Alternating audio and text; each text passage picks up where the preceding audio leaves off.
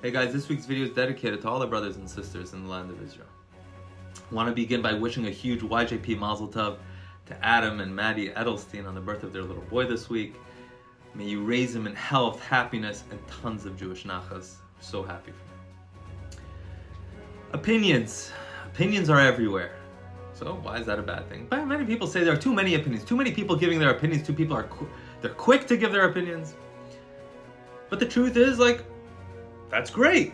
Opinions shouldn't, everybody's entitled to their opinion. It shouldn't just be for those who work for the newspapers or TV stations. Nowadays, everybody has the tools, everybody has a megaphone in order to give their opinions. What's the big deal?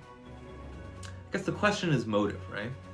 In this week's Torah portion, Parsha Pinchas, we have Pinchas being praised by God. Who is Pinchas? Well, at the end of last week's Torah portion, Pinchas is somebody who stood up for God's honor. In his zealous love for God, somebody was doing something profoundly against God, and he was the one who stood up and took matters into his own hand, even risking his life. And for that, God grants him the priesthood as his reward. And the Torah begins by introducing Pinchas. Pinchas, the son of Elazar, the son of Aaron, the Kohen Gadol. And the question is, why introduce him like that? First of all, we already knew his lineage from last week's Torah portion. So why repeat it? Second of all, why bring his grandfather Aaron into it?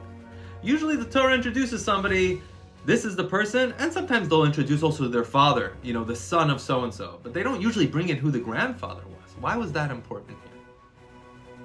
The answer is because this was a unique situation. You see, even after everything that had taken place, the plague, it was obvious that what Pinchas had done for God's honor was the right move. There were still many, many critics. See, they said, he was not the hero. He was not the hero you think he is. No. The reason why he did what he did, it might seem like he did the right thing, but really he did it out of selfishness. He did it because it's in his DNA to be bloodthirsty. He's a hothead. How do we know? His maternal grandfather is Jethro, is Yisro, who before becoming and converting to Judaism was a priest amongst idolaters. In fact, he used to fatten up the calves just in order to slaughter them. You see, it's in his DNA he's hot-headed and bloodthirsty. That's why he was the one to take revenge. It wasn't for God. It wasn't for God's honor. So what does the Torah say? The Torah comes out and says, no. He takes after his paternal grandfather, Aaron, the high priest, who was known to be a lover of peace and bringing people together. That was Pinchas's natural characteristics, personality. He had to overcome that in order to do what he did. Now you can say, well, how's anybody supposed to know that? It's a 50-50 guess. Who does he take after? Which side of the family? So what's the big deal? What the Torah is saying is, what is your motive for the criticism? Right? Because opinions can take two forms. They can be thought out, calculated. I thought about this is my opinion on it. Or it can be used as an excuse to cover our own deficiencies, our own weaknesses. You see, after Pinchas acted, people had to look at themselves in the mirror and say, why was he the only one who acted? Why didn't I step up? Why didn't anybody else step up to the plate to do the right thing? To make themselves feel better, they said, no, he's not the hero. I'm just a peace-loving person. He's a hothead. That's why he's the one who jumped into the fray.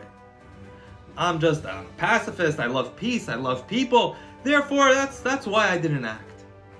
Torah says that's not why. He was also a peace-loving person. He truly was, and it's in his DNA. The reason why you didn't act is because you didn't act. There's nothing wrong with giving our opinion, but we should ask ourselves, is it coming from a place of we thought about this, we truly feel that this is the right thing to say at this time? Or is it coming from a place of to make ourselves feel better? Sometimes we tear other people down to raise ourselves up. And if it's the latter, maybe it's best to keep that opinion to ourselves. Shabbat Shalom.